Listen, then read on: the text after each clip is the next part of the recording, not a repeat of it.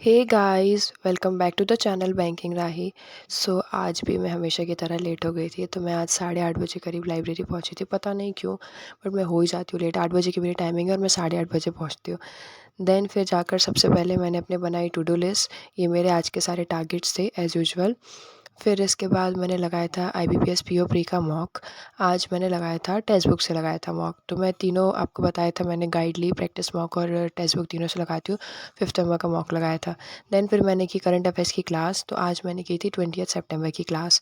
20th सितंबर की class की थी, उसके नोट्स बनाए। देन 17, 18, 19, 20 सितंबर का मैंने रिवीजन किया। और फिर मैंने जून का सेकेंड वीक कंप्लीट किया था आज। जून का सेकेंड वीक का रिवीजन किया और मेरी तबीयत आज अच्छी नहीं लग रही थी और मैं बोर भी हो गई थी। तो फिर मैंने थोड़ी देर तारक मेहता देखा, ऐसे ही 10-15 मिनट मूड फ्रेश करने के लिए, क्योंकि मुझे उसके बाद मेंस की PDF सॉल्व करनी थी। तो फिर मैंने की आज रीजनिंग की PDF सॉल्व की, क्योंकि मैंने कल क्वांट की थी। मैंने आपको बताया था कि मैं एक दिन रीजनिंग एक दिन क्वांट करी हूँ। तो आज मैंने रीजनिंग की PDF सॉल्व की। तो इतनी टफ थी ये। एक तो ना मैंने ये पज़ल, इसमें मैं पहले आपको बता दूँ, इसमें 3 पज़ल थी। एक वैकेंट वाली थी, मतलब कि लीनियर रो में सब बैठे थे और वैकेंट थी। 13 सीट्स थी, 9 people are sitting and 4 vacant थी। तो मैंने वो 4 वैकेंट को 2 वैकेंट पढ़ लिया था। तो मेरी 2 मिनट में पज़ल बन गई। फिर जब मैंने उसके सॉल्यूशन, मतलब मैंने देखा ना, मैं उसको सॉल्व करी थी तो वो आ ही नहीं रहा था। देन फिर अगेन मैंने उसको किया तो इतनी सारी पॉसिबिलिटीज़ बनी, आप देख सकते हैं दोनों पेजेस में पॉसिबिलिटी बनी है। 10-15 20 पॉसिबिलिटीज़ में मैंने इसको सॉल्व किया।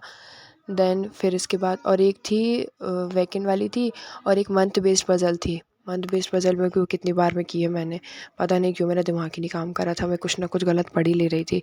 तो ये मंथ बेस्ड पज़ल थी। एंड देन एक लास्ट थी वेरिएबल वाली थी, मतलब उसमें दो वेरिएबल थे और वो वाली थी।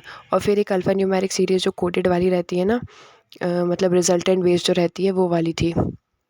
मतलब ऐसे 20 क्वेश्चन सेट थे टोटली PDF में। तो मैंने ये सॉल्व करी। बहुत टाइम लग गया था। मैंने वो फर्स्ट वाली पज़ल में ना, मैंने ईगो पे लेकर मैंने उसको 1 घंटे तक के मैंने वो पज़ल बनाई। इतनी सारी पॉसिबिलिटीज़ के चक्कर में 2 घंटे लग गए मुझे इसमें। देन इसके बाद 2 बजे करीब मैं घर आ गई थी। फिर वही मेरा घर आकर खाना पीना, सोना, रेस्ट करना वगैरह। और आज मेरी तबीयत भी ठीक नहीं लग रही थी। आपको मेरी आवाज़ से लग रहा होगा मुझे सर्दी हो गई है। देन फिर शाम को मैंने 7 साढ़े 7 बजे मैंने अपने सुबह वाले मॉक का एनालिसिस किया। पता नहीं मैं इतनी सिली मिस्टेक्स कर रही हूँ ना, मेरी आज इंग्लिश में भी बहुत ज़्यादा गलत हुए थे। एंड देन क्वांट का, रीजनिंग का और इंग्लिश का, तीनों का मैंने एनालिसिस किया और सारी चीज़ सॉल्व वगैरह करी मैंने।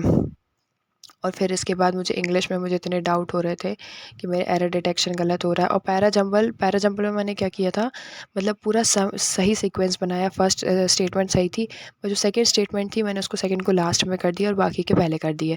इस चक्कर में वो गलत हो गया। फिर मैंने की निमिषा बंसल मैम की क्लास।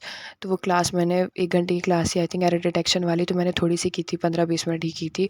और फिर मैंने कुछ नहीं किया, बस इतना ही किया था। मेरी तबीयत ठीक नहीं लग रही थी। तो आज के लिए बस इतना ही था। Thanks for watching, bye bye. Please do like, share and subscribe to the channel. और आप अपनी प्रिपरेशन आपकी कैसी चल रही है ज़रूर बताइएगा। Tata, take care, bye bye.